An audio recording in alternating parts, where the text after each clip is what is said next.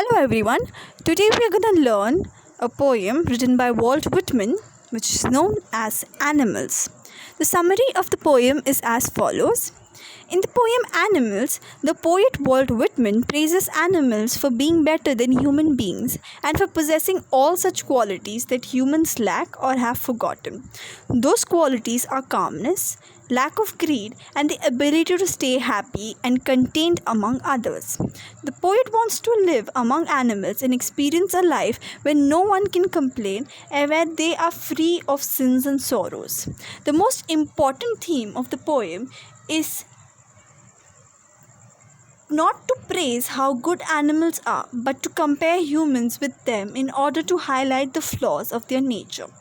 The poet believes that probably a very long time ago, humans possessed all these qualities mentioned above, but they have lost them now. Starting with the stanza. Stanza number 1. I think I could turn and live with animals. They are so placid and self-contained. I stand and look at them long and long. In this stanza, the poet desires to turn into an animal and live with them as he is impressed by their calmness and the purity of their mind. Unlike humans, animals seem so contained with their lives and are happy in their natural surroundings. The simple lives of animals help them maintain self-control and their rationality. He stands and looks at them for a long time. In the phrase long and long, the implied meaning is the longing that poet feels for these two qualities in human beings. Coming to the second stanza. They do not sweat and whine about their condition. They do not lie awake in the dark and weep for their sins. They do not make me sick discussing their duty to God. The poet in this stanza is quite happy with the fact that animals do not complain and cry about their conditions like humans. They eat and sleep peacefully as they have nothing to worry about, while humans, because of their wrong actions, are unable to do so and thus cannot sleep without worrying about them. Humans, even after committing sins, discuss about God, while animals are simple creatures and do not need to worry about praying to God. The third stanza.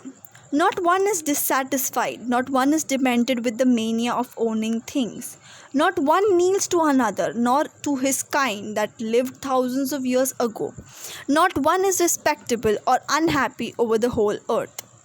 In this stanza, the poet says that animals do not possess material things like humans and they are happy and satisfied without all the worldly items, the desires which have affected human beings very badly. This desire to own everything has been called madness by the poet. Animals are free from the habit of praying for their ancestors. Not one is respectable. By this, the poet means that all of them are equal, so respecting some and insulting some is wrong. Stanza 4. So they show their relations to me and I accept them. They bring me to tokens of myself. They evince them plainly in their possessions. I wonder where they get those tokens.